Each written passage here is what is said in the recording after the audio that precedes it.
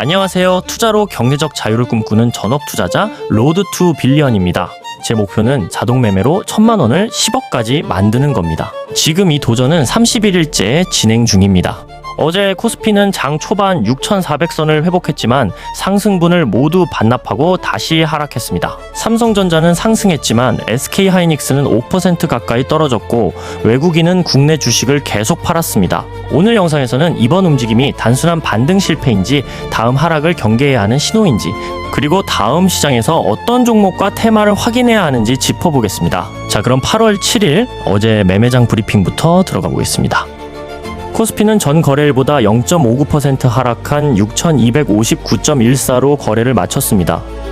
장 초반에는 전날 급락에 따른 반발 매수가 들어오면서 6,415.60까지 올라갔습니다. 하지만 오전 상승분을 지키지 못했고 장중에는 6,158.73까지 밀렸습니다. 고점과 저점의 차이가 250포인트를 넘을 정도로 변동성이 큰 하루였습니다. 수급에서는 외국인이 9,761억 원을 순매도했습니다. 반면 개인은 1,832억 원, 기관은 7,808억 원을 순매수했습니다. 어제 시장에서 중요한 것은 코스피가 0.59% 하락했다는 결과보다 장 초반 반등이 실패한 과정입니다. 전날 지수가 4% 넘게 떨어졌기 때문에 가격만 보고 들어오는 반발 매수는 충분히 나올 수 있었습니다. 하지만 지수가 6,400선까지 올라가자 기다리고 있던 매도 물량이 다시 나왔습니다. 이번 반등을 새로운 상승의 시작으로 판단한 자금보다 손실을 줄이거나 보유 물량을 정리하려는 자금이 더 많았던 겁니다. 외국인 매도가 전날보다 줄어든 점은 긍정적입니다. 하지만 지수가 장 초반 상승분을 지키지 못했다는 것은 매도 압력이 완전히 끝나지 않았다는 뜻이기도 합니다. 따라서 다음 시장에서는 코스피가 상승 출발하는지만 봐서는 안 됩니다. 장중 고점을 높이면서 종가까지 상승분을 지키는지 확인해야 합니다. 반도체 내부에서도 분명한 차이가 나타났습니다. 삼성전자는 0.22% 상승한 23만 1,000원으로 마감했습니다. 장중에는 23만 9,500원까지 올라가며 저가 매수세가 들어왔습니다. 반면 SK하이닉스는 4.88% 하락한 142만 2,000원으로 거래를 마쳤습니다. 장 초반에는 154만 2천원까지 올랐지만 이후 상승분을 모두 반납했고 장중 저점에 가까운 가격에서 마감했습니다. 같은 반도체 종목이지만 시장은 두 기업을 다르게 평가했습니다. 삼성전자에는 최근 낙폭이 과도했다는 판단과 함께 저가 매수세가 들어왔습니다. SK하이닉스는 AI 메모리 성장 기대가 높은 만큼 최근 변동성도 더 크게 나타났습니다. 전날 미국 시장에서 메모리와 저장장치 관련 기업들이 약세를 보인 것도 SK하이닉스에 부정적인 영향을 끼쳤습니다. 이런 차이는 앞으로 국내 반도체를 확인하는 기준도 바꿔놓게 됐습니다. 필라델피아 반도체 지수가 오른다는 이유만으로 국내 반도체 종목이 모두 같은 방향으로 움직이지 않을 수 있고 삼성전자에 들어온 매수가 SK하이닉스까지 확산되는지 아니면 삼성전자에만 단기적으로 머무르는지를 구분해야 합니다. 두 종목이 함께 반등해야 코스피도 6,400선 위에서 힘을 받을 수 있습니다.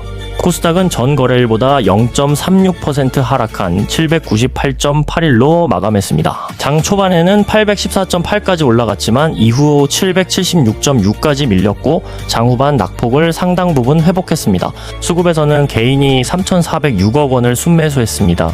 외국인은 2,540억 원, 기관은 1,030억 원을 순매도했습니다. 전날 코스닥은 코스피 급락 속에서도 상승했지만 어제는 800선을 지키지 못했습니다. 반도체 대형주에서 빠져나온 자금이 코스닥으로 계속 이동하기보다 주말을 앞두고 시장 전체의 위험 노출을 줄이는 흐름이 나타난 겁니다. 다만 코스닥은 장중 저점에서 20포인트 넘게 회복했습니다. 상승 종목은 808개, 하락 종목은 829개로 종목 수 역시 크게 차이 나지 않았습니다. 지수는 하락했지만 시장 전체가 무너진 것은 아니었다는 뜻입니다. 개별 이슈가 있는 종목과 최근 낙폭이 컸던 종목에는 매수세가 남아 있었습니다. 다음 코스닥 시장에서는 800선 회복만 확인하기보다 외국인과 기관의 매도가 줄어드는지를 먼저 봐야 합니다. 개인이 매물을 계속 받아내더라도 외국인과 기관이 복귀하지 않으면 지수가 올라갈 때마다 차익 실현 물량이 나올 수 있습니다. 국내 시장을 한 문장으로 정리하면 급락은 멈췄지만 매수 주체가 바뀌지는 않은 하루였습니다. 기관과 개인이 지수를 방어했지만 외국인은 코스피와 코스닥에서 모두 매도했습니다. 여기에 삼성전자와 SK하이닉스의 방향까지 갈리면서 지수보다 종목 선택이 중요해졌습니다. 이런 국내 증시의 흐름은 앞선 미국 시장과도 연결됩니다. 이제 미국 증시 확인해 보겠습니다. 다우지수는 0.85% 하락한 53,885.1로 거래를 마쳤습니다. S&P 500은 0.18% 내린 7,709.96, 나스닥은 0.06% 하락한 26,348.35로 마감했습니다. 나스닥은 약보합에 그쳤지만 시장 내부에서는 변동성이 크게 나타났습니다. 마이크로소프트를 비롯한 일부 대형 기술주는 상승하면서 나스닥을 방어했습니다. 반면 웨스턴 디지털은 약 13% 하락했고 샌디스크도 6% 넘게 떨어졌습니다. 데이터독과 앱너빈도 실적 발표 이후 약 20% 급락했습니다. 어제 미국 시장의 특징은 지수와 개별 종목 사이의 차이였습니다. 나스닥만 보면 큰 변화가 없었던 것처럼 보이지만 실제로는 일부 종목의 급락을 시가총액이 큰 기술주가 막아낸 구조였습니다. 이런 날에는 나스닥의 등락률만 보고 기술주가 안정됐다고 판단하기 어렵습니다. 어떤 기업이 지수를 방어했고 어떤 업종에서 매도가 나왔는지를 따로 확인해야 합니다. 특히 저장장치 기업들의 하락은 국내 메모리 반도체 투자 심리에도 영향을 줬습니다. 미국 시장에서 관련 종목이 약해지자 국내에서는 SK 하이닉스가 장 초반 상승분을 모두 반납했습니다.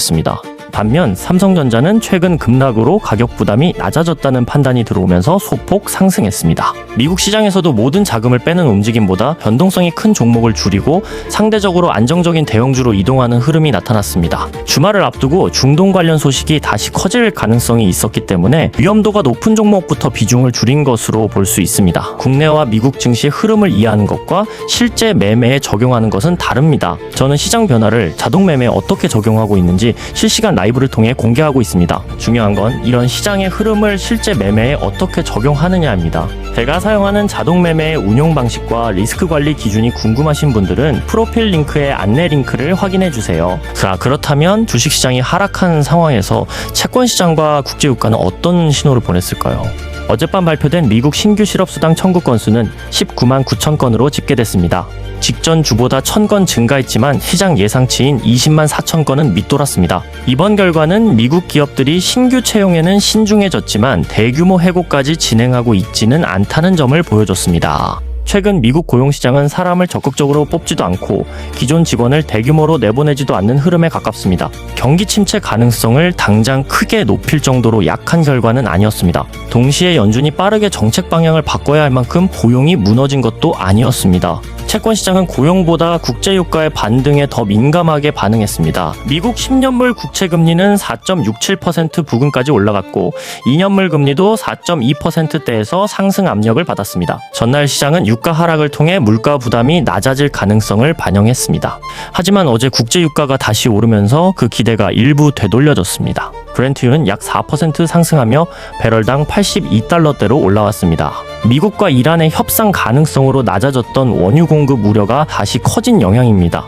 호르무즈 해협과 원유 수송을 둘러싼 불확실성이 완전히 해소되지 않았다는 점도 가격에 반영됐습니다. 어제 유가 움직임은 단순한 하루 반등으로 보기보다 시장이 중동 관련 소식에 얼마나 민감한지를 보여줬습니다. 협상 가능성이 부각되면 공급 우려가 낮아지면서 유가가 빠르게 떨어졌고 긴장이 다시 커지자 곧바로 가격이 올라왔습니다. 이처럼 유가의 방향이 하루 단위로 바뀌면 주식시장도 업종별로 다른 영향을 받습니다. 정유와 에너지 기업에는 판매 가격 상승 기대가 생길 수 있습니다. 반대로 항공과 운송 기업에는 연료비 부담이 다시 커질 수 있습니다. 방산주는 중동 긴장이 계속될 경우 수주와 국방비 확대 기대가 반영될 수 있지만 관련 뉴스에 따라 변동성도 함께 높아질 수 있습니다. 원달러 환율도 계속 확인해야 합니다. 국제유가가 오르면 원유를 수입하는 과정에서 달러 수요가 늘어날 수 있고 원화에는 약세 압력이 생길 수 있습니다. 환율 부담이 커지는 상황에서는 외국인이 국내 주식으로 빠르게 돌아오기 어렵습니다. 따라서 다음 국내 시장에서는 반도체 가격뿐 아니라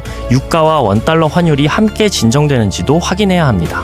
이제 어제 시장에서 확인해야 할 내용을 3가지로 정리해 보겠습니다. 첫 번째는 반도체입니다. 코스피가 장 초반 반등을 지키지 못한 배경에는 외국인 매도와 SK 하이닉스의 하락이 있었습니다. 다음 시장에서는 반도체 지수 자체보다 외국인이 삼성전자와 SK 하이닉스를 동시에 매수하는지 확인해야 합니다. 두 번째는 에너지와 방산입니다. 국제유가가 배럴당 82달러대로 반등하면서 정유와 에너지 종목에는 실적 기대가 들어올 수 있고 중동 긴장이 이어지면 방산주에도 관심이 모일 수 있습니다. 다만 뉴스에 따라 유가가 빠르게 움직이고 있기 때문에 단기 급등보다 주가가 $80 위에서 가격이 유지되는지가 중요합니다. 세 번째는 항공과 운송입니다. 유가 상승은 연료비 부담을 다시 높일 수 있기 때문에 항공과 운송 종목에는 불리하게 작용할 수 있습니다. 관련 종목은 단순한 낙폭보다 유가 상승을 운임에 반영할 수 있는지와 실제 실적 전망이 바뀌는지를 확인해야 합니다. 정리하면 다음 시장의 기준은 코스피 6400선 자체가 아닙니다. 외국인이 반도체로 돌아오는지, 그리고 유가 변화가 업종별 실적으로 어떻게 나뉘는지를 확인해야 합니다. 그리고 어제 자동 매매에서도 포지션은 모두 정리되지 않았습니다. 현재 이어지고 있는 포지션이 어떤 과정으로 정리되는지는 매매가 종료된 뒤 실제 기록을 기준으로 보여드리겠습니다. 자동 매매만으로 1000만원에서 10억까지 갈 수 있을지 앞으로의 과정도 지켜봐 주세요.